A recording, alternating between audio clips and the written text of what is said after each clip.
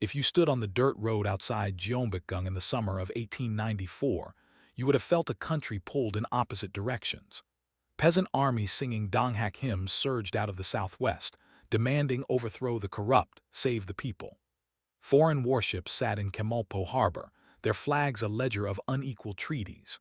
Seoul buzzed with rumors of reform, new ministries, new courts, new uniforms, and with the older rumor that any change in the capital was written elsewhere. The spark was local, the explosion was international. The Donghak Eastern Learning Peasant War began as an uprising against local exploitation and foreign encroachment, then rolled across Jeolla. Alarmed, the Korean court formally asked Qing China for limited troops to restore order. Japan, using the 1885 Taintsin Convention as pretext, sent its own expeditionary force and seized the advantage. Within weeks, Japanese soldiers occupied Seoul.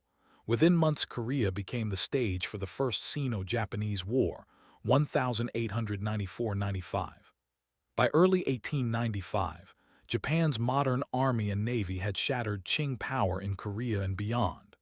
A war fought to decide who protected Korea ended, for the moment, with Korea unprotected in the old sense, its sovereignty now a problem to be solved by speed. Amid war, a reform government, the Gabo-Kabo cabinet, moved fast. Some reforms were overdue and sweeping: abolition of the hereditary status system and slavery, the end of the civil service examination, Gwangmu in favor of modern schools, new courts and a modern police, central ministries reorganized on Western lines, currency and weights and measures standardized, the top knot Sangtu, cut in a symbolic act that felt, to many, like an amputation of identity. Others targeted the machinery of everyday life. Household registration and tax rolls were revised, postal and telegraph services revived, a standing army drilled to a new manual. These measures were not born in a vacuum. Since the 1880s, the court had experimented, treaties with the United States and European powers, the creation of a national flag, Tijuki, 1883, an abortive post office, 1884. But the 1894–95 window was different. Reforms were implemented at bayonet speed, under Japanese supervision, and with reformers who believed the country would die without shock therapy. The Gabo measures broke old hierarchies. They also built new dependencies, because the power to enforce them sat in barracks flying the rising sun. Then, in the dark, came a murder that shattered any illusion that reform and foreign tutelage could be neatly separated.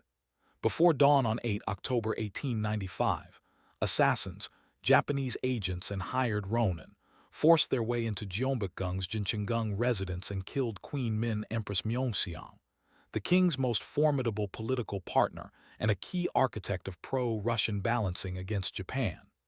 The Eulsa incident was an act of terrorism and a message. It radicalized the court and the streets alike. Rumors multiplied, anti-Japanese sentiment spiked, public hair-cutting edicts collided with Confucian dignity, and those who had tolerated reform under foreign shadow now felt the chill of annexation in their bones. King Gojong, a cautious, intelligent ruler trapped inside a state too small for its neighborhood, made the move that saved his life and reset the board. On 11 February 1896, disguised and escorted through alleys, he fled with the crown prince to the Russian legation in Gyeongdong, a short walk that changed the map. For a year, the Agwan Passion, Korea's monarch ruled from inside a foreign embassy. Cabinets turned over, pro-Japanese ministers fled, pro-Russian advisors proliferated, concessions shifted hands. The symbolism was stark. To remain merely Joseon, a tributary kingdom in old Chinese order, was to be erased. Only a claim to full, modern sovereignty, equal to the empires crowding the horizon, offered a chance. The capital itself murmured a different language of dignity. Reformers led by Seo Yi-pil, Philip Jason, and Yun Kai-ho formed the Independence Club, 1896–98. They set up the Independence Hall, built the stone Independence Gate on the road where tributary missions had once entered, published newspapers in Hangul for a broader public, and staged open, people's gatherings, gukminho, that trained citizens to speak to power. Their demands mixed the practical, legal equality, budget transparency, with the symbolic, end the old tributary posture, claim full independence in word and ritual. The club would be suppressed in 1898 when it outgrew elite comfort. Its vocabulary remained. In early 1897, Gojong left the legation and set up residence at Deoksugung. The question was no longer whether to reform, but how to signal to the world that Korea was not a pawn. The answer was ceremony and law. On an autumn day in October 1897, at the round altar of Hwangudon just south of today's Seoul City Hall, Gojong performed a rite that only sovereign emperors claimed, the heaven worship ceremony, Jecheon. He proclaimed a new state, Daehin Jeguk, the Great Korean Empire, and a new era named Gwangmu. The term Han deliberately linked the three Han of antiquity, Mahan, Jinhan, Byeonhan, to a modern national community. Empire was not an appetite for conquest but a legal stance. In the late Qing world, only an emperor met other emperors as equals. Joseon's kings had navigated a Chinese world order. Gojong understood that the new order spoke international law and imperial titles. Symbols changed to match substance. The imperial household was reorganized, orders and medals minted, diplomatic protocols updated. The Tijuki, already in use, flew now as the flag of an empire. The national anthem, Daehin Jeguk Igukga, was composed. Imperial guards drilled in new formations. Deoksugung expanded to receive guests not as a vassal court but as a capital. The Gwangmu era coined a new administrative language, an imperial household ministry to manage crown lands and assets, a state council, Uejongbu, recalibrated, codes promulgated with modern legal vocabulary. The message to allies and predators alike, a Korea that had been tributary in ritual was now sovereign in law. None of this erased peril. A new electric tram would soon clang along Gyeongdong's wall, a modern mint would strike coins, schools would train teachers who taught in Hangul, a mission hospital would treat patients with antiseptics, a railway would link port to capital. But the rails also pointed toward a battlefield Korea did not control. Russia and Japan, freshly victorious over China, converged. Britain and the United States defined spheres with phrases that sounded neutral and meant interest. Reformers at home pulled in different directions: monarchists, constitutionalists, businessmen, radicals, each pointing at a different modernity under the same word. The proclamation at Hwangudon did more than change stationery.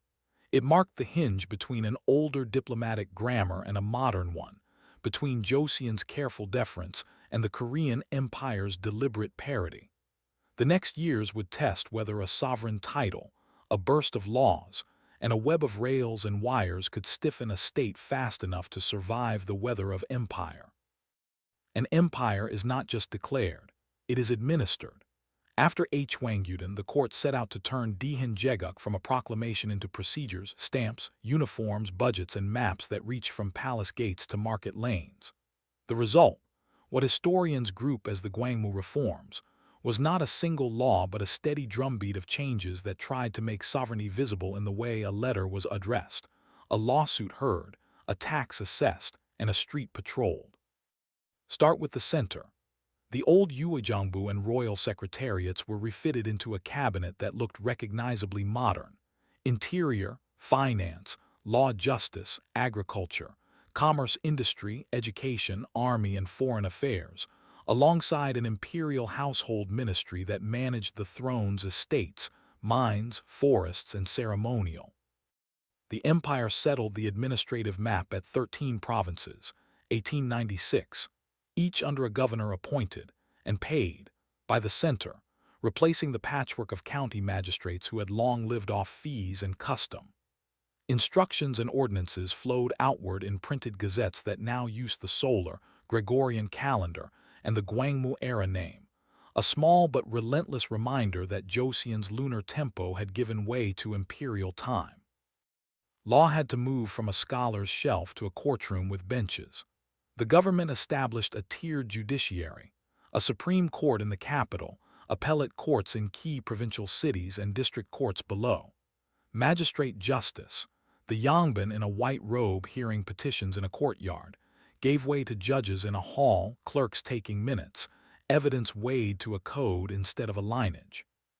Criminal and civil codes were drafted with foreign advisors' help. Not every article made it into daily practice, but a signature architecture took shape: prosecutors, defense, appeal. For the first time, an artisan in Giala could imagine his dispute traveling by paper to a city he had never seen. Police became a face of the new order. The Interior Ministry expanded uniformed patrols in Seoul and provincial capitals. Stations kept duty logs. Night rounds were timed to the new street lamps that would soon arrive. A modern prison replaced ad hoc detention. Police orders regulated market weights, gambling, and the sale of opium. They also stood at the edge of new political life, watching newspapers and meetings with a steady eye. To a Seoul shopkeeper, the empire could feel like a man in a dark uniform, asking for a name and a license, and a lamp to be doused at a fixed hour. Nothing is so intimate as a register. Household and census reform. The Hojak updates recast how the state knew its people. Families were listed by address, age, sex, kinship, and crucially, occupation. The head of household system was formalized. Movement between districts required notification. Births and deaths were to be recorded promptly. These were instruments of taxation and conscription, but also of service: school enrollments, corvée replacements, relief during floods. For villagers used to negotiating obligations through elders, a clerk's book with neat columns felt both clean and intrusive. Land and tax, the oldest knot in the rope. The court had learned the 1894 lesson that reform without a land base is a promise written on air. Under the Gwangmu name, the state began a modern cadastral push, measuring fields to a fixed standard, issuing written deeds, and registering ownership in ledgers rather than in memory and boundary stones. It was not the sweeping cadastral overhaul that Japanese rulers would impose after 1910, but it introduced the grammar of title and parcel that cash taxation requires. The intent was clear: shift from grain and in-kind exactions to cash taxes assessed on measured land, reduce leakages, and make the budget something more than an estimate of favors. In practice, surveys progressed unevenly. Mountains and politics slowed the chain.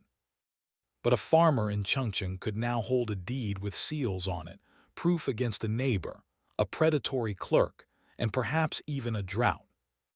Military reform moved from parade to procurement. The new army, begun under Gabo, expanded under Gwangmu, drilled with Mauser-pattern rifles and modern manuals. A military academy in the capital trained officers in arithmetic, mapping, and the art of keeping men in line without a beating. Regular paydays were promised and struggled to be kept. Uniforms replaced a patchwork of older units. The capital guard, palace detachments, and line battalions learned to move to the same drum. In the countryside, the garrison system was thin, budget and rails limited reach. But the image of a soldier with a bolt-action rifle and a bandolier now belonged to the empire, not just to a foreign legation's gate. Finance and symbols intertwined. The finance ministry drafted a budget that put salaries for judges, teachers, governors into cash rather than grain. The mint struck coins that soon would bear the new denomination, 1. The deeper monetary overhaul belongs to our next chapter. The Imperial Bank's Charter, 1899, waited in the wings.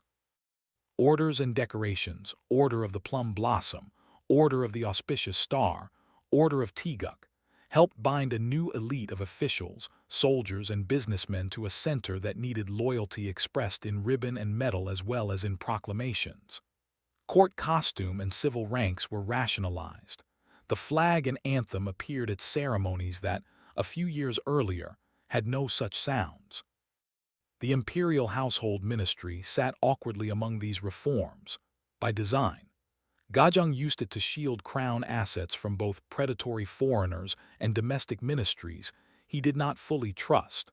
Mines, Forests, factories, and farms designated imperial household were intended to supply the throne without passing through the commons of the budget where foreign bondholders and ambitious officials could pry. This dual track, state and household, let the emperor move quickly in some matters, funding a factory, hosting a mission, and generated friction in others, as governors and ministers complained that the best assets were fenced off from general use. Education seeded the future bureaucracy. Normal schools trained teachers, primary schools expanded in urban centers. Hangul, long the script of letters and songs, appeared more often in textbooks and newspapers, even as classical Chinese remained the language of law. A boy in Jianzhou could now recite multiplication tables in a classroom and read a government notice posted in his own script. Mission schools and hospitals, some under treaty obligations, expanded the footprint of modern literacy and medicine. The state responded by founding its own institutions to avoid ceding the field. What did this feel like from street level?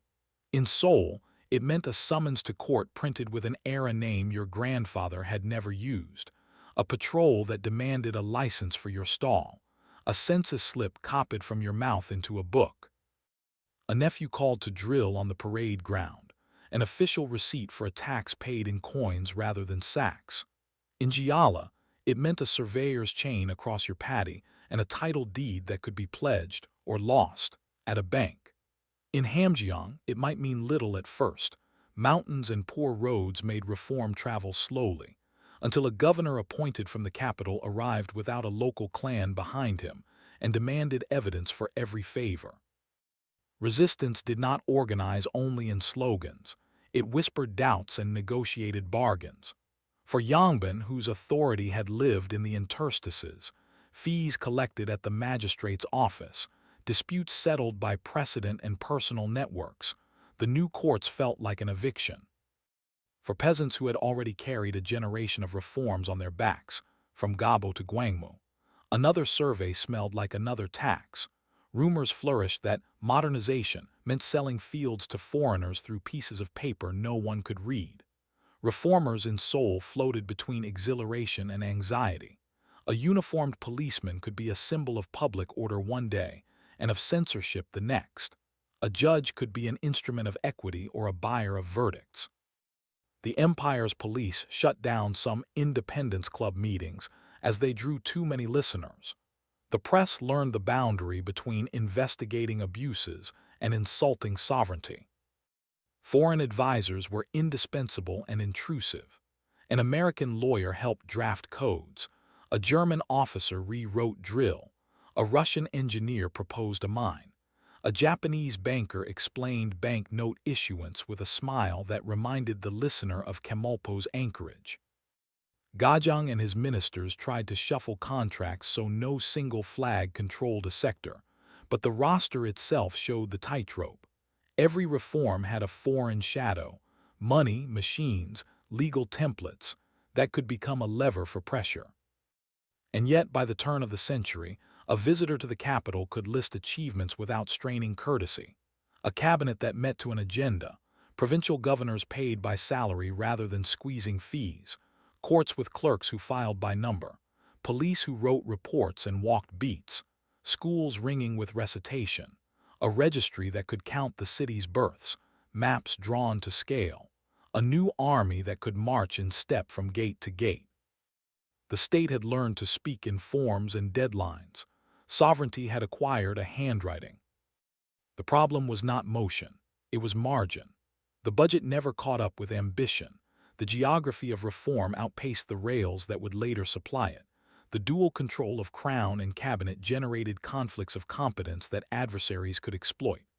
Above all, the empire's administrative success could not by itself solve the question that had put Gojong in the Russian legation.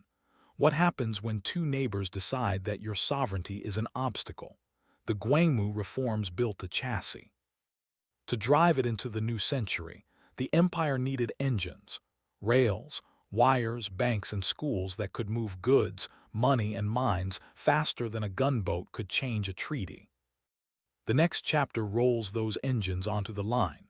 The first Seoul electric tram clanging past Deoksugung, the Gyeonggi and Gyeongbu Railway's binding port to capital and capital to Busan, a postal and telegraph network that shrank distance, and a mint and bank that tried to convert sovereignty into currency.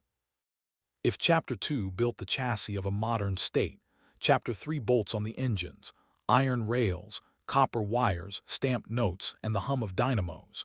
In 4 years, the capital's night acquired a glow, the countryside a timetable, and the treasury a counter that could say, paid in cash. The Korean Empire did not invent these machines.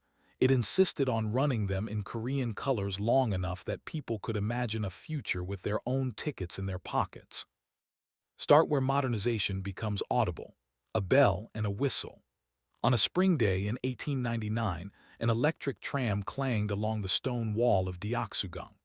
The Hanseong Electric Company, a joint venture led by American entrepreneurs Kalbrin and Bostwick under imperial charter, had strung overhead wires, planted poles, and laid rails across streets that had never seen a wheel with a mind of its own. The first passengers were courtiers and curious. The next were clerks and vendors who discovered the arithmetic of time, Jongno to Namdaemun in minutes, not in dust. By that winter, arc lamps washed main streets in a hard white light that felt to some like daylight borrowed from a colder sun. The railway magnified the lesson. The Gyeonggi Railway, linking the port at Jamulpo Incheon to the capital, opened in stages in 1899, with a locomotive hauling wooden coaches across low country to a terminus on the southern bank of the Han at Noryangjeon.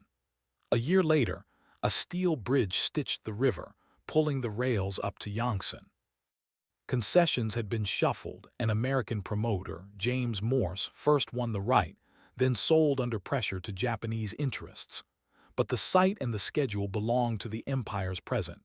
Trains loaded with rice and passengers, telegrams arriving before ox carts, officials learning to write arrives 10, 15, and then mean it. Far larger ambitions arrived with the Gyeongbu Line, the trunk from Seoul to Busan. Surveyed at the turn of the century and pushed hard after 1902, it was completed in 1905, kilometer posts counting down to a terminal where steam and sea met. A companion north-south spine, the Gyeonggi Line, was driven toward Shinwiju by 1906. Koreans understood at once what the lines promised and what they threatened. Markets widened. Villagers could ride to a provincial town and back in a day. Rice left paddies for ports in bulk. The capital's reach lengthened. But rails also run both ways. Soldiers ride them. When the Russo-Japanese War broke out in 1904, troop trains and requisitions accelerated the projects in a way no budget debate could, proof that metal laid in the name of prosperity can be repurposed overnight for power. Wires stitched the country even faster than rails. A postal service first attempted in 1884 and revived in the 1890s expanded into a genuine network under the empire. New post offices opened along the trunk routes and in provincial seats. Standardized rates and stamps carried the state's name, Korea, and the Tijuk motif abroad. In 1900, the Korean Empire joined the Universal Postal Union. A letter posted in Seoul could, by treaty, travel to Paris under rules the postmaster understood. Telegraph lines radiated from Seoul to Incheon, Pyongyang, Busan, and beyond. Poles marched along the railway embankments. Messages that once rode 5 days on horseback flew in minutes as dots and dashes. A small telephone exchange appeared in the capital by the early 1900s, novelty at first, then an office habit. Behind counters and under lamps, the state needed metal that convinced. The mint, modernized in the 1890s and brought to imperial standards, struck coins with a uniform weight and design. Paper money experiments faltered and resumed. The currency regime shifted from the old yang to the 1 unit in 1902 in principle. 1 equals 100 geon, though coins and accounts lagged. The Korean Imperial Bank, chartered in 1899 as a government-backed central and commercial bank, was meant to keep public funds at home, discount notes, and issue banknotes backed by reserves. undoing years of dependence on foreign banks such as Japan's Dai-ikai Bank, which had long handled the treasury's accounts. Branches appeared in the capital and key ports. Salary payments more often arrived as notes and coin, not IOUs in grain. Finance bled into industry. Mines were reorganized under imperial or chartered control, gold fields at Unsan, under an American concession, coal and metal mines elsewhere, forests surveyed and put under the Imperial Household Ministry's timber program. Concessions had flags attached, but they also had payrolls, Korean miners and mechanics earning in cash. A postal savings system took root at counters. The first generation of bankbooks entered drawers next to seal boxes. Education and medicine advanced in the slipstream. Normal schools for teachers expanded in Seoul and provincial capitals. Middle schools trained clerks, technicians, and, increasingly, a literate public that expected government notices printed in Hangul as well as in classical Chinese. Mission institutions blazed early trails. Jejungwen later severance for medicine grew, as did foreign schools. But the empire answered with its own. Public schools, teacher training, and, by the mid-1900s, state hospitals that combined traditional care with Western techniques. Newspapers multiplied. Hwangseong Sinmun, Dihin Meal Sinbo, and others carried court news, foreign dispatches, and advertisements for tram schedules and bank services, creating a public that judged modernization by the price of rice and the reliability of the morning edition. Every device came with a contract. The tram and electric lights ran through an imperial concession to American engineers. Rails were built with foreign capital, increasingly Japanese. Telegraph standards followed international codes learned from foreign advisors. The imperial bank's charter borrowed language from global practice. Stamps matched UPU designs. Gojong and his ministers learned to play a difficult game. Diversify partners so no single power controlled an entire sector, and reserve as much ownership and supervision as the budget allowed. Colburn and Bostwick's tram monopoly sparked arguments about fares and policing. Morse's railway concession and its forced sale taught a sharper lesson. Profitable infrastructure would attract the strongest neighbor's attention. Yet the tangible changes mattered in the daily grain of life.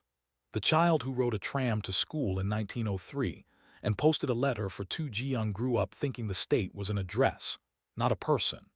A farmer who counted on a train to take cabbages to a winter market in 2 hours, not 2 days, calculated differently about debt and seed. A young accountant at the Imperial Bank learned double entry, and the fact that Korea stamped on a note could change how a customer looked at his hand. Symbols piled up as side effects. The empire's flag printed on a stamp. A timetable printed with Gwangmu era dates and Western numerals.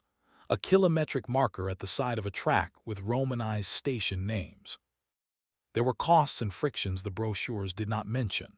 Railway land acquisition uprooted graves and field boundaries. Indemnities were uneven. Survey stakes angered villages long used to negotiating property with elders. Telegraph poles attracted superstition and opportunists alike. Tram fares felt high to the poor. Accidents, men and oxen unfamiliar with rails, stoked complaints about foreign machines. And the budget, the stubborn arithmetic running through every cabinet meeting, strained. Customs revenues, salt and ginseng monopolies, and new taxes ran ahead of outlays for army, police, courts, schools, and, increasingly, debt service to foreign lenders. A sovereign state is never more itself than when it pays its bills. The empire ran hard to keep up. The rail and wire architecture also made the map thinner in a way no one in Seoul could ignore. In 1902, Britain and Japan sealed an alliance. In 1904, war flared between Russia and Japan in Korea's fields and waters, and locomotives pulled guns south faster than any courier could carry a protest north.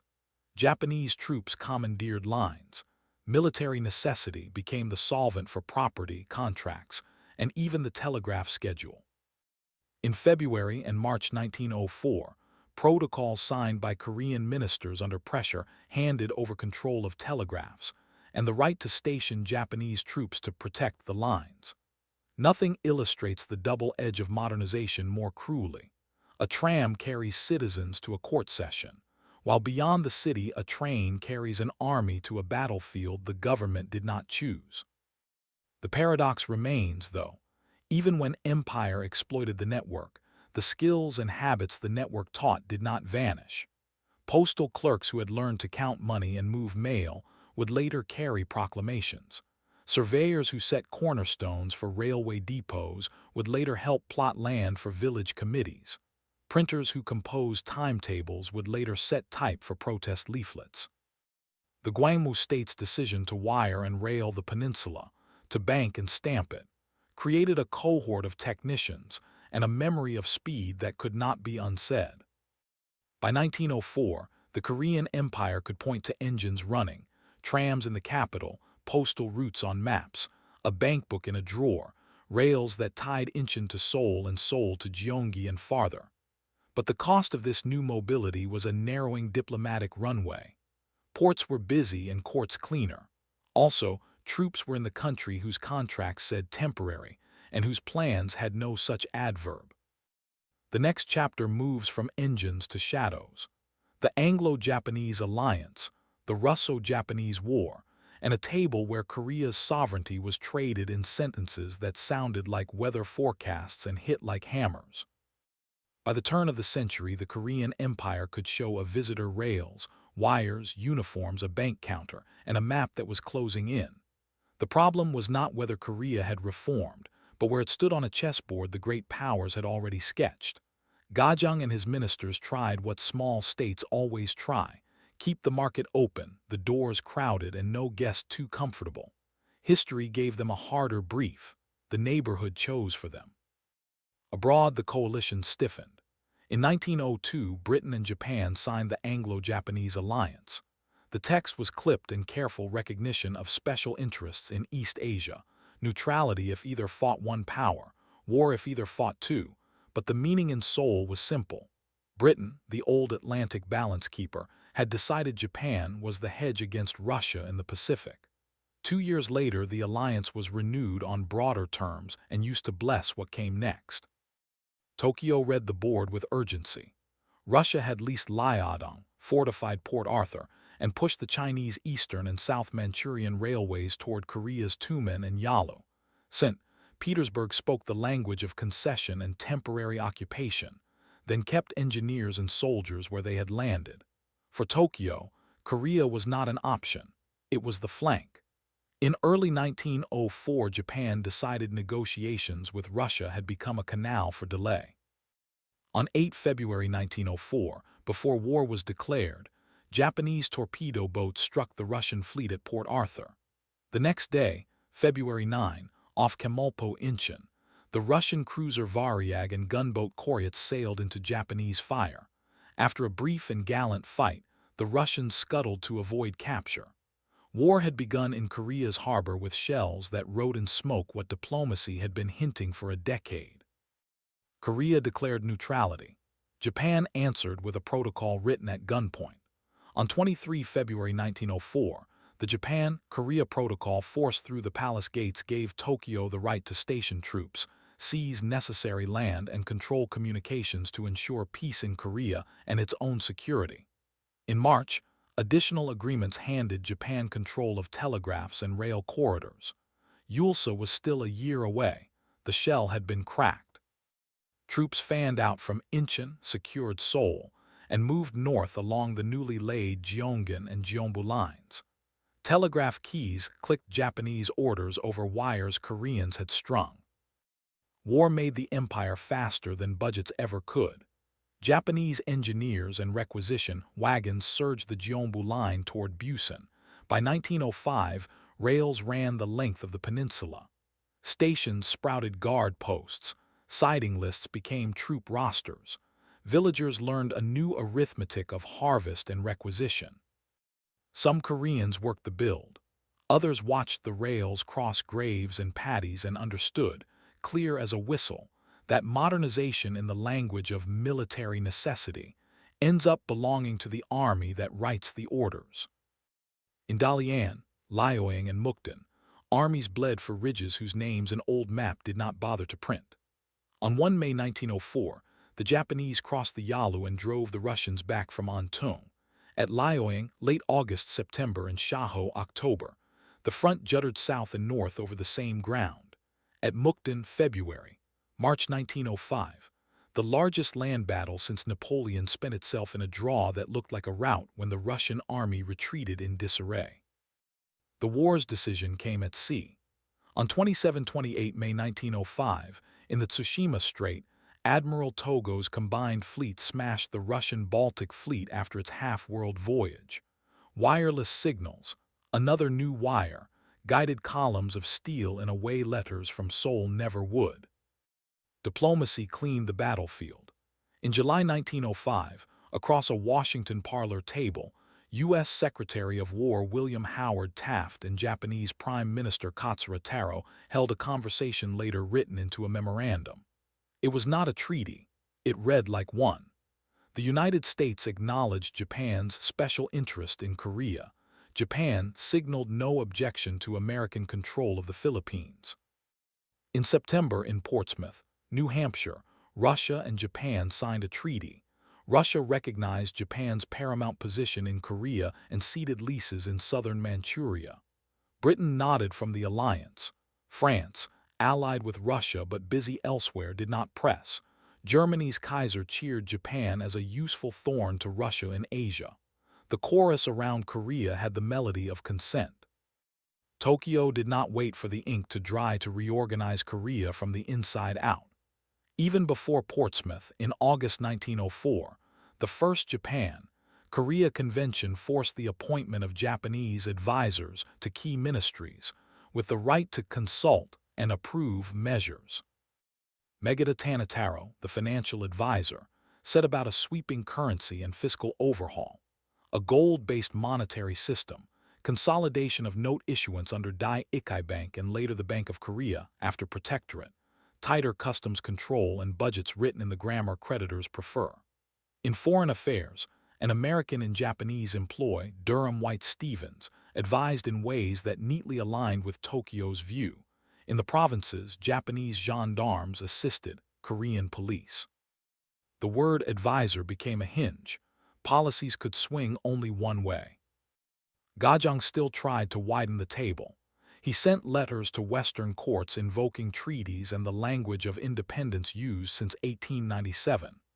The Independence Club had been outlawed in 1898, but its graduates, journalists, lawyers, businessmen, now filled a new press and a threadbare civil society. Newspapers such as Hwangseong Sinmun and Daehin Sinbo covered reform and war, sometimes in the same column. Headlines urged mobilization of capital and mind. Editorials warned that sovereignty in law was not sovereignty in practice when armed men wrote the minutes. Within the cabinet, survival and conscience argued in the same throat. Some ministers urged accommodation, accept advisors, protect what can be protected, and wait for tides to turn. Others insisted that the state must say no in public to preserve the legal ground for future protests, denounce protocols, publish the text, and call witnesses from abroad.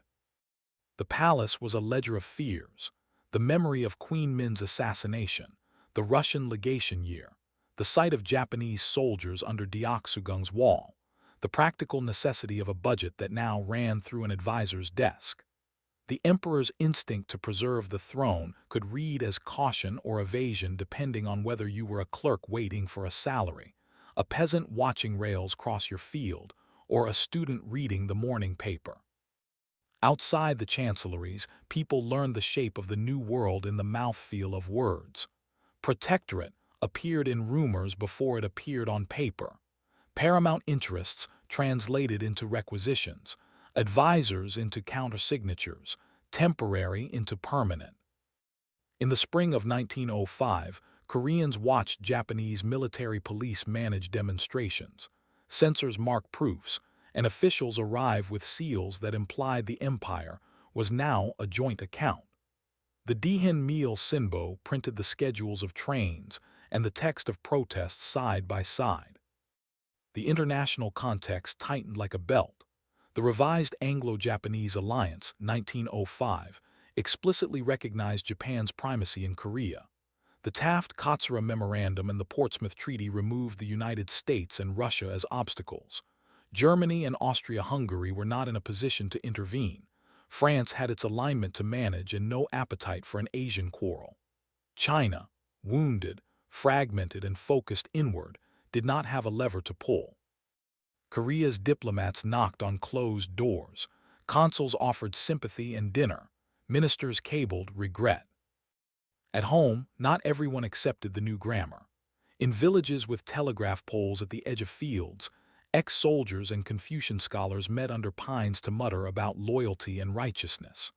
Righteous Army, Uibyong, bands ambushed patrols and cut telegraph lines. Broadsides appeared on gates and then were torn down. In the capital, students and merchants gathered, petitioned, dispersed, and learned where the batons fell. Small acts, refusing a requisition without a receipt, demanding a Korean signature on a notice, taught a kind of politics the law did not yet protect. By autumn 1905, the positions were set. Rails ran, wires hummed. The bank's ledgers were balanced to an advisor's satisfaction. Japanese troops manned key points temporarily. The public in Tokyo, London, and Washington had accepted a story in which Korea's modernization required a guardian. What remained was the legal stroke. On 17 November 1905, 5 ministers would put seals to the Second Japan-Korea Agreement, the Eulsa Treaty, making the empire a protectorate and placing its foreign affairs under a Japanese resident general. That moment belongs to the next chapter. The night meeting in the palace, the 5 Eulsa ministers who signed and those who refused, the resident general's office opening in Seoul, the press under censors, the 1907 attempt to shout illegal at The Hague, and the disbandment of the Korean army that pushed thousands into the hills. The diplomatic tightrope had reached its last pier. Beyond it lay a scaffold. On the evening of 17 November 1905, lamps burned late in Deoksugang. Outside, gendarmes paced. Inside, Japan's special envoy, Ito Hirobumi, waited with documents whose phrases had already been rehearsed in London, Washington, and Portsmouth. The emperor did not appear. Ministers were called, pressed, separated, and called again. By night's end, 5 seals lay on paper that placed Korea's foreign affairs under the guidance of Japan and established a resident general in Seoul. No imperial signature, no state council debate free of bayonets, only the Eulsa Treaty, forced through a palace where the guards no longer answered to the throne. Koreans gave the signers a name that still stings. Eulsa Ojok, the 5 Eulsa traitors. Lee Wan-yang, Park Ji-sun, Gwon Young-hyun, Lee Jun-teik, and Lee Jae-yong, men of rank and talent who chose accommodation as survival, stamped a document their country would spend a century calling illegal. Other ministers refused. The emperor refused. The state seal's chain of custody became a matter of lore and lawsuits. The next morning, the legal landscape had changed. Korean legations abroad were ordered closed. Foreign representatives were told to deal thereafter with Japan. The empire lost its voice while retaining its face. A new office, the Residency General, took a compound by Deoksugang's wall and began to interpret guidance as command. Ito Hirobumi, Japan's first prime minister and architect of the Meiji Constitution, arrived as resident general with a moderate's rhetoric and a strategist's schedule. He spoke of civilization, advice, and mutual prosperity. He brought with him police colonels, finance experts, and rail planners. Advisors, already embedded by the 1904 protocols, were now backed by an institution whose letterhead trumped ministerial titles. In quick order, the Residency fixed 3 priorities: foreign affairs, already seized; finance, tightened; and internal order, police, expanding under a national gendarmerie system. The cabinet became a room into which advisors brought drafts and from which ministers emerged with signatures. The press learned its limits in a day. Newspapers printed the treaty text and editorials headlined "Illegal," "Coercion," national humiliation. Censors cut columns, presses were seized, editors fined. Meal Sinbo, run by Yang Gi-tak with the British journalist Ernest Bethel as publisher of record under extraterritorial protection, became the empire's most important daily act of resistance. It reported cabinet protests, published the memorials of those who resigned in disgust, and printed, side by side, tram schedules and the names of men who slit their own throats in protest. Bethel would be hauled before a British consular court in 1908 under Japanese pressure and fined for incitement. But in 1905-06, his paper taught a generation to read sovereignty as something other than a lesson in school. Not all protests were in columns. On 30 November 1905, the scholar official Min Yong Hwan, dressed in court robes, wrote letters denouncing the treaty and exhorting loyalty to the throne, and took his own life. Others followed: Jo Byung-si, Hwang Hyun, author of the bitter chronicle Michin Yarok, and more. Confucian suicides meant as beacons in a fog of decrees. Students marched, merchants signed petitions, women organized saving circles. In January 1907, citizens in Daegu launched the national debt repayment movement, Gukki Basang Undang, vowing to pay off foreign debts with small coins and personal sacrifices. Quit smoking to save the nation. A symbolic economics that embarrassed ministers and pleased censors not at all. Gojong, still emperor-in-law if not in latitude, reached for a lever beyond the residency's arm. In 1907, the Second Hague Peace Conference convened in the Netherlands, an international gathering on war, law, and civility that had inducted Japan to the club 7 years earlier. The emperor dispatched 3 emissaries, Yi Jun, Yi Sang-seol, and Yi Wai-jong, with letters proclaiming Eulsa null, Korea still sovereign, and Japan's protection, a cover for elimination. They crossed continents by rail and steamer to stand at doors guarded by protocol. Japan worked the rooms, the Dutch hosts pleaded form, the conference refused to seat them. World press attention flickered, then moved on. On 14 July 1907, Yi Jun died suddenly in The Hague, illness, suicide, or stress. The legend made it martyrdom. The emissaries' mission failed as diplomacy and succeeded as a story of protest that the residency could neither silence nor absorb. Tokyo used the failure to tighten the noose. The very act of sending emissaries without consultation was framed as proof that the emperor was unfit to manage affairs. On 18 July 1907, under joint imprecations, Gojong abdicated in favor of his son, Sunjong. The new emperor received a crown with strings attached. Within days, the Gyeongmi 7-Article Treaty, 1907, stripped the government of the right to legislate without the resident general's consent, allowed the appointment of Japanese to vice minister posts, and created a unified police under residency control. Korea's cabinet became a dress that could not be put on without someone else tying the sash. Then the residency cut the state's sinews. On 1 August 1907, Japanese officers surrounded the capital barracks and delivered orders. The Korean army was to be disbanded. Pay chests were set aside, rifles were collected, rolls were called. At the 1st Infantry Regiment, Major Park Seung-hwan, who had drilled his men to new standards and watched them turned into a unit of quiet pride, shot himself in the temple in front of the ranks. The men rose. What began as a mutiny became a firefight through the alleys between Deoksugung and Namdaemun. Soldiers stripped of uniform joined righteous army bands in the hills. Unit by unit across the country, disarmament provoked skirmishes and then silence. An army is more than muskets. It is the memory of standing straight. The residency understood. It removed both. Police and gendarmerie replaced regiments. The residency extended a rural police network to the county level, built barracks at station towns, and linked them by telegraph and rail sidings. The law public order now meant preventing political association. Education fell under new regulations. Private schools, those that taught in Hangul and spoke openly of citizenship, found inspectors at the door. The Board of Religion cataloged temples. Shrines were required to register and, increasingly, to know their place. Finance was the residency's quietest victory. Megata's earlier currency reforms were consolidated. By 1905-06, the Dai-Ikai Bank and then the Bank of Korea, established under the protectorate as a nominal central bank, managed issuance and reserves under Japanese policy. Customs were integrated under a Japanese chief. Postal and telegraph revenues ran through residency books. Land survey work gathered steam.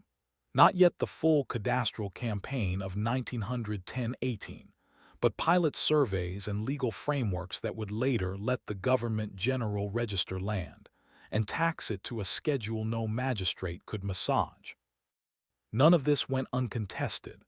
The Righteous Army Uibyong movement, revived in 1905 with petitions and pikes, flowered after 1907 into a countryside insurgency. Confucian scholars, ex-soldiers, and village leaders organized bands that cut lines, ambushed patrols, and attacked police stations. Names that would fill later textbooks: Yuan Siak in the north, Shindal Siak in the southeast, Cho Ik-hyun on the coast, fought on budgets of grain and gunpowder, with bamboo spears and matchlocks against rifles and gendarmes. Japanese counterinsurgency, columns with modern arms, scorched earth reprisals, collective punishment, broke band after band and left a ledger of bitterness that would feed the 1919 generation. Within Seoul's ministries, a second politics unfolded, the politics of paper and survival. Reformers who had spent a decade building courts, schools, and lines now faced a choice: resign and protest, or remain and blunt decrees where they could. Some did both, submit letters of resignation that read like pamphlets, then accept lower posts to keep an office's files from being burned. Others argued for national power through culture and economy: educate children, found companies, pay debt, and wait. The national debt repayment movement showed what that patience could do: women pawning rings, men giving up tobacco, merchants contributing margin to a fund, and what it could not. The residency did not respond to saving stamps. Gojong, stripped of power but not of instincts, still tried to make sovereignty visible where he could. Court ceremonies observed imperial form, the anthem was played, honors were bestowed. At Deoksugung's Daehanmun Gate, the royal guard, now ceremonial, still changed to a drumbeat that crowds learned by heart. It was dignity without leverage, and it mattered because people could see it. The residency's moderate tone hit a timetable. Ito spoke against annexation, arguing that a protectorate could manage Korea more economically and with less international fuss. In Tokyo, hardliners and businessmen talked openly of full control. Land, taxes, and labor cannot be optimized through advice. In 1909, the debate would end in a pistol shot at Harbin. In 1905-07, it ended in the quiet of offices where Japanese vice ministers wrote orders on paper headed Korean Empire. International sympathy appeared in editorials and vanished in cabinets. Western newspapers printed the story of the Hague emissaries. Churchmen sent petitions. Diplomats sent regrets. The United States, fresh from Taft, Kotsura, and basking in Portsmouth's laurels, had already put Korea in Japan's column. Britain's alliance made London's sympathy academic. Russia's defeat and revolution removed a rival. France and Germany had aligned obligations elsewhere. China had no leverage to spare. The legal arguments Koreans polished like mirrors. Eulsa lacked an imperial seal. Coercion voids consent, found no court to hear them. By the end of 1907, the map of authority had been redrawn without new borders. A resident general wielded veto and initiative. Foreign affairs were gone. Internal legislation ran through advisory desks that did not take instruction from the ministers they advised. The army was dispersed. Police and gendarmerie answered to the residency. The emperor had abdicated. Newspapers lived between lines. Hills whispered Uibyong. The state that had proclaimed itself Daehan Jeguk 10 years earlier still had an anthem and a flag. It now also had a man at a nearby window who could say no to any decision that mattered. And yet something the Residency could not measure thickened in the air: habit. People had learned to use a post office, to read a paper in Hangul, to board a train, to talk about rights, to keep a bank book. Government clerks knew how to number case files, teachers knew how to take attendance, surveyors knew how to pace a field and record its corners. The very acts that made the protectorate efficient also made the language of citizenship common. A modern state can be seized. The skills it teaches are harder to confiscate. The next chapter finds those skills in the hills, the courts, and a railway platform in Manchuria. From 1907 to 1910, righteous army bands turned petitions into ambushes, police stations turned courtrooms into staging grounds, and on a cold morning at Harbin Station, a Korean nationalist named Jun raised a pistol and fired at the empire's most famous advisor. The treaty that would annex Korea in 1910 was written in a dozen rooms. The resistance that would write 1919 started, stubbornly, in 100 more. After the army was dissolved in August 1907, the empire did not go quiet. It changed clothes. Uniforms were stacked in barrack rooms and carried off as rags. Rifles were surrendered or hidden. The parade ground emptied. But in villages where the telegraph poles met terraced fields, men gathered at night under pines and swore oaths over tea. They called themselves Uibyong, righteous armies, borrowing a term as old as the country for times when scholars and soldiers took up arms to aid the nation and punish traitors. The Residency General called them bandits. The difference between the two in 1907 was whether you stood inside the gendarme's lamp or just beyond it. The bands were patchwork by design. Ex-soldiers who had drilled for the empire taught volley fire to men who had never marched. Confucian scholars in hemp robes brought moral authority and poetry. Peasants brought pikes and matchlocks. Merchants brought money, bandages, and information. In the north and east, some leaders drew on linkages to the Korean communities across the Tumen and into Primorai. In the southwest, bands were thick in the hills of Jiala. In the southeast, they moved along ridgelines above the markets of Gyeongsang. In the central provinces, they threaded valleys and rail cuts along the new lines. Their weapons were mismatched: bamboo spears, black powder guns, a scattering of modern rifles, and their targets pragmatic. Small police posts, gendarmes on roads, district offices that housed land ledgers, temporary telegraph stations, trains halted on grades by loosened spikes.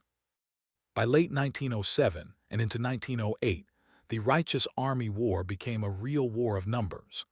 A 13-provinces volunteer army, formed under Yi In-yong, attempted the most audacious gesture the movement would see: a march on Seoul. In the summer of 1908, columns assembled along the Han's upper reaches, skirmishing toward Yangpyeong and the eastern approaches to the capital. The dream was political theater at military scale: appear at the gates, rally the city, and force the Residency to blink. The reality was that rifles and rails favor the side that owns the timetable. Gendarmerie units and Japanese regulars intercepted the marchers. After brief success at a few posts, the volunteers were forced back into the hills, their ammunition consumed more quickly than their legends. Regional leaders wrote their names in brief flames. In the southwest, Shindal Siak, a farmer's son who refused to accept a subordinate's post when more aristocratic allies offered it, led fast-moving raids across Jiala until he was captured and executed in 1908.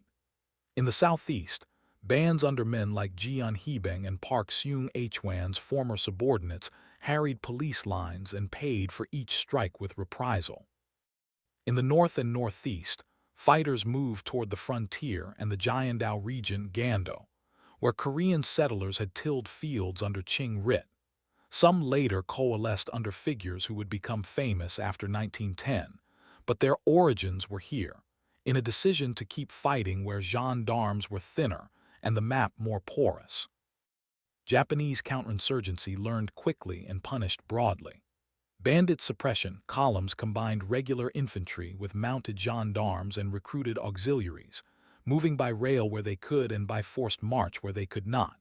Villages that supplied rice or shelter were fined, burned, or forced to provide hostages after curated hearings in makeshift courts. Telegraph lines were restrung with more patrols. Police stations were moved to heights with lines of fire that punished approach. Notices posted at market gates demanded cooperation. The missing word was or. The righteous army's strength was moral and local. Its weakness was logistics. Powder and lead run out. So does bread when a household has already sold a plow to feed a son in the hills. The political front in the capital narrowed to pinch channels. Gojong's abdication had removed the throne as an unpredictable actor. Sunjong reigned without levers. The court observed ceremony and rationed dignity.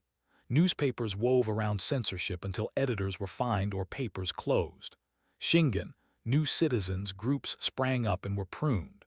When the press reported on righteous army actions, it did so with careful nouns and verbs. Readers filled in the adjectives at T. The Residency used the lull between campaigns to consolidate. A 1908 police ordinance extended gendarmerie reach to more counties. A 1900 809 push rationalized the court and prison systems under Residency supervision, ensuring that even trials with Korean judges produced sentences in the register the Residency preferred. Forestry and mining regulations in 1900 809 placed mountains and seams under bureaucratic control that favored Japanese firms. Wasteland classifications made commons, slopes, and river bars available on paper to companies and individuals with the right stamps. For villagers, survey and cadastre became synonyms for a new risk, the loss of fields that had never been titled because they had never before needed to be. The Residency was, in effect, preparing the legal and surveying apparatus that would allow a full cadastral campaign after annexation to bite quickly. By 1909, the movement in the hills had been battered into smaller fights, but it had not extinguished the fuse running outward from the country.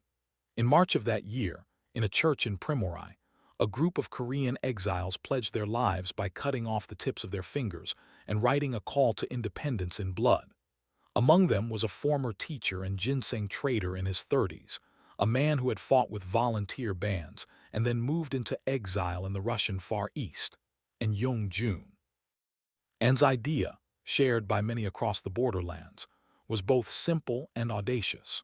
Remove the man who embodied the moderate face of Japan's Korea policy and assert Korea's case for independence in front of the two empires that had normalized its erasure. Ito Hirobumi had resigned as resident general in 1909. His stance against annexation had earned him enemies in Tokyo, even as his tenure in Seoul had broken Korean sovereignty with a polite vocabulary. In October 1909, Ito traveled to Manchuria for talks with Russia's finance minister, Vladimir Kakovtsov. A summit at Harbin Station on railways and spheres of influence gave him the stage he needed. On the morning of 26 October 1909, in the chill of Harbin's autumn, Ito stepped from his carriage onto the platform under the arch of a station built by Russian money and guarded by Japanese and Russian arms, and stood in a black coat among the crowd, a pistol hidden. The plan was less drama than timing. Step forward, fire at close range, and speak. He did. 3 shots struck Ito, others wounded accompanying officials. Ito fell and died within the hour. Russian guards seized him immediately and protected him from instant vengeance by Japanese officers. Jurisdiction was sorted in minutes. It would be a Japanese trial in Lushun, Port Arthur, the trophy port Russia had lost in 1905. And statements and his trial were a lesson in political speech under the noose. He declared himself a prisoner of war and requested to be treated under the law of nations. The court refused. He listed 15 crimes of Ito: deceiving the emperor, forcing the Eulsa Treaty, disbanding the army, silencing the press, trampling education, pillaging resources, blocking Asian conquered, and declared that his act had been not murder but justice in the service of Korean independence and Asian peace. He did not ask for mercy. He asked for recognition of motive. In letters and interviews, he pressed a larger idea, that Japan should abandon expansion and lead a cooperative East Asian concord with Korea and China, visionary, naive, and devastating as a critique, because it treated the occupier as capable of something better. The court convicted him. On 26 March 1910, and Jung-jun was executed at Lushun prison. He was 30. He had written a calligraphy that would be copied on 1,000 walls. Ko nadoi henus, ko dogtip henus, national independence, and a personal testament that left a different mark, a definition of patriotism tied not only to Korea's grievance but to a wider ethic. Ito's death removed a man who might have argued for a longer protectorate. It accelerated the timetable of those who wanted annexation plain. Tokyo sent a harder man to Seoul, Teruichi Masatake, a former army minister, as the final resident general. While newspapers abroad printed columns about Harbin and photographs of a prisoner in a neat collar, the residency in Seoul finished its ledger work. Courts were staffed with more Japanese judges. Prison administration was fully coordinated. The police hierarchy, headquarters in the capital, prefectural and district stations below, was regularized with a training pipeline. Railway extensions and sidings were completed, bridges finished, telegraph gaps filled. A set of ordinances in 1909 further constrained association and assembly. The righteous army bands dwindled to local vendettas and last stands. Many fighters crossed into Manchuria. Some would surface later in the independence armies of the 1910s and 1920s. But by mid-1910, the hills that had chanted poems in 1908 were quiet except for patrols. Diplomacy, such as it was, entered its last page. Gojong, though abdicated, still drafted memoranda. Sunjong, nominal emperor, received envoys who were told what the next season's policies would be. Korean ministers who had learned the residency's rhythms argued for a protectorate reformed, not a state erased. Keep the throne, integrate the police, accept financial oversight but maintain a distinct legal personality that might survive the present storm. In Tokyo, the party was over. Annexation would solve what advice could not. Unify revenue, land, labor, and law under a single authority that could be run as a colonial enterprise with a proper governor-general. International reaction had been tested and found manageable. Russia was distracted by revolution and reform. Britain approved. The United States had already written Korea out of its mental maps in 1905. Germany and France watched. In August 1910, the last steps were choreographed with bureaucratic precision and moral violence. The text had been drafted in Tokyo. Korean ministers were prepared. Opposition had been softened by office and threat. On 22 August, in a room hung with the trappings of a state about to become a province, Prime Minister Yuan Yang signed the Japan, Korea Annexation Treaty with Resident General Teruichi Masatake. The document's language, like all colonial laws, argued that history had turned a corner for the colonized. To promote the welfare of the people, to ensure peace, to secure permanent stability. It abolished the Korean Empire's international legal personality and vested sovereignty in the Japanese emperor. On 29 August, the treaty was proclaimed to the world. The Great Korean Empire, Daehan-jegeuk, ceased to exist in law. What changed that day was not only a seal but the gears into which the country would be fed. The Residency General became the Government General of Korea, Sadokufu, a colonial administration headed by a military governor-general, Teruichi, with the power to legislate by ordinance, command police and gendarmes, and try cases in his own courts. The national flag came down. The anthem fell silent. Imperial orders, Jumgyo, became obsolete. Hansong became Kate in dispatches abroad. A comprehensive land survey, 1910-1918, began. The cadastral campaign the Residency had prepared for, requiring every parcel to be registered under a new legal regime that declared much of the commons and unregistered land to belong to the state, now the government general. Railways, post, and telegraph were folded into the colonial enterprise. The Bank of Korea would soon become the Bank of Chosen under colonial law. Mining and forestry were reorganized for extraction at scale. Police posts were multiplied and staffed with a new generation of Korean and Japanese officers. And yet the work done since 1897 did not vanish with the stamp. It mutated. The officials who had learned to run courts and schools brought their skills to whatever office would still hire them, and to secret meetings after dusk. The boys and girls who had learned Hangul in modern classrooms could read a leaflet as easily as a timetable. Tram drivers and telegraph clerks understood how to stop a city with a strike. Journalists who had set type for the Daehin Meal Sinbo would set type for underground papers. Businessmen who had opened accounts at the Imperial Bank now knew what a mortgage was and how to form a company. The skills of sovereignty remained in hands even when sovereignty left the law. In the hills and across the border, men who had fought in 1908-09 were already reorganizing. Some would become the independence armies that fought at Fengwudong and Chingsanri in 1920. Some would head for Shanghai and the provisional government. Some would die unknown in valleys in 1911-12, fighting small wars the government general recorded as crimes. In March 1919, schoolchildren and merchants would carry a Declaration of Independence into streets that had learned to assemble because of factory whistles, and a national uprising would cover the peninsula in petitions and blood. The government general's courtyards would fill with prisoners. The world's newspapers would rediscover a country it had shrugged at a decade earlier. But that is a story for the last chapter. For now, the timeline we have walked, Hwangudon and the Gwangmu Reforms, rails, wires, and bank counters, protocols and a protectorate, righteous army war, Harbin's pistol, and the 1910 treaty closes with a stamp and opens with a question. What did the Korean Empire build that the colony could not unbuild?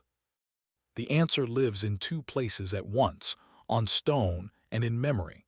The next chapter is about both, the legacy and the afterlife of the empire in modern Korea. Empires often leave marble and myths. The Korean Empire left something subtler, and in the long run just as durable, habits. A decade of Gwangmu reform taught people how a modern state feels in the hand, how to write a schedule, read a notice, file a case, balance a ledger, stamp a deed, and publish a complaint. When annexation stripped away the legal shell in 1910, the skills did not vanish with the seals. Start with the engines. The first electric tram in Seoul stopped running in 1968, but the habit it taught, the city as a clock, never stopped. The Gyeonggan and Gyeongbu corridors still carry trains. Later steel would run faster, but it runs where Empire-era surveyors hammered stakes. The Postal Service joined the world under the Taejuk flag before the Protectorate. Koreans learned stamps and savings books in their own language. Telegraph and telephone exchanges that clicked for the residency in war years later clicked for citizens. The point is not the wire, but the expectation that a message will arrive. Finance shifted the imagination. The Korean Imperial Bank did not outlast the Protectorate as an institution, but it did as a lesson, a cash salary, a deposit, a note with value because a public says so. That knowledge survived colonial exploitation and later state building. Small business owners moving coins to ledgers in 1905 were cousins to the cooperatives and banks that would finance the miracle on the hand 2 generations later. A sovereign currency mattered, even when seized, because it taught that money is a public choice before it is a private fortune. Law worked on the mind and the tongue. Courts created procedure where patronage had been. Even when colonial judges later sat in those rooms, the chair still had expectations attached, records, appeals, argument. Hangul's quiet elevation under Gwangmu, new newspapers, school readers, seated a public that could read for itself. When students carried the March 1st Declaration into the streets in 1919, they carried it in Hangul and classical Chinese together, and even those who could not parse every character could hear its cadence, because newspapers had trained their ears the previous decade. Education and medicine widened that public. Normal schools created teachers who would teach again under the provisional government in Shanghai, in night classes, and in church basements. Mission hospitals trained nurses who would double as organizers. The empire's school ordinances did not survive annexation intact. Their graduates did. You can read 1919's petitions as legal documents. You can also read them as homework assignments for a country that had been told for 20 years that citizenship was something it could practice if it was careful.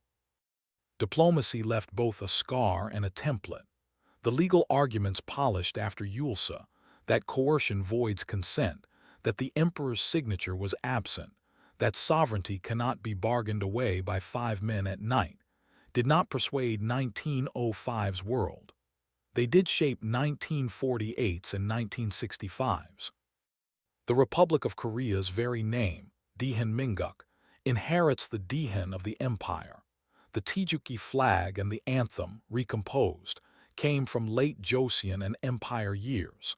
The provisional government founded in Shanghai in 1919 declared itself the government of Daehan. Even today, the legal sentence that closes the 1965 Normalization Treaty. All treaties concluded between the Empire of Japan and the Empire of Korea on or before August 22, 1910, are already null and void. Echoes every petition that called Eulsa invalid from the beginning.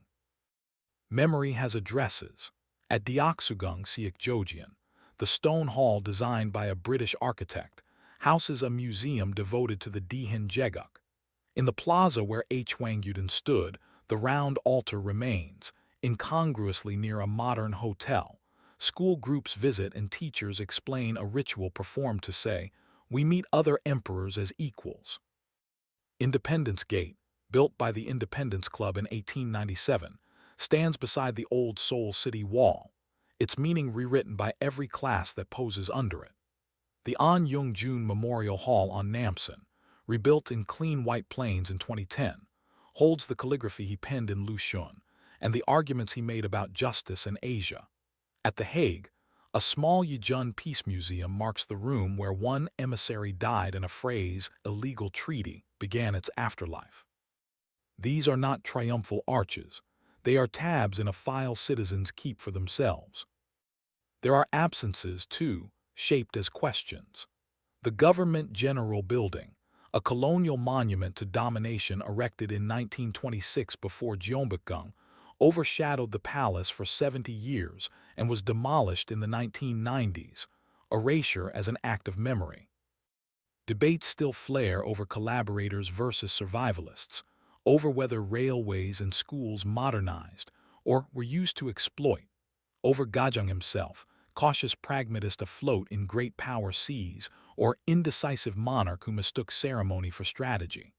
These arguments matter because they are, at their core, arguments over agency. Who gets to claim credit for the modern Korea that followed?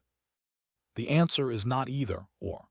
The Korean Empire's modernization began before the protectorate and created institutions and cohorts of skilled people. Japan's protectorate and annexation accelerated and redirected infrastructure for imperial ends and extracted at scale. The colonizer's myth that Japan modernized Korea erases Korean agency and the empire's reforms. A romantic counter-myth that all modernization was indigenous and pure ignores foreign capital, advisors, and the tightrope. History rarely obliges with clean lines. It does, however, let us draw arrows of cause. The Gwangmu Reforms right arrow, illiterate public and trained officials, right arrow March 1st right arrow, the Provisional Government right arrow post-1945 state building, with people already accustomed to forms, budgets, and rails. Memory is not only national, it is personal. A grandmother in Jeonju remembers a tram and a newspaper headline. A family in Hamgyong remembers a survey stake and a knock at night. A church in Primorye remembers a dagger ceremony and a promise. A classroom in Seoul remembers that their country's name is Daehan, a word chosen in 1897 to reach back to 3 ancient Han and forward to a republic. In the north, the story is retold with different heroes and more rifles. Anti-Japanese struggle under Kim Il-sung takes center stage. But the motifs persist. Righteous armies, betrayal, railways, and the word independence, spoken under watchful eyes. What finally did the Korean Empire build that could not be unbuilt? A concept of statehood that answered both to tradition and to international law, a suite of institutions that taught citizens to expect the state to arrive as a stamp, not a whim, an infrastructure that laid corridors along which later prosperity would run, a symbol set, flag, anthem, honors, that linked a Joseon courtyard to a modern stadium. Most of all, it trained a generation to organize, on paper, in clubs, in banks, in barracks, in classrooms, and those organizations outlived the letterhead. On an afternoon in Seoul, you can walk from Deoksugung Stone Hall past a plaque for H. Hwanggyudin to City Hall Square, where candlelight has written paragraphs into the democracy of our time. A tram bell is gone, replaced by the chime of a subway train that follows a timetable and a phone line that carries a petition. The crown is gone, the habit of citizenship is not. The empire lasted 13 years. Its afterlife, skills, symbols, and a stubborn memory of rights has lasted more than a century.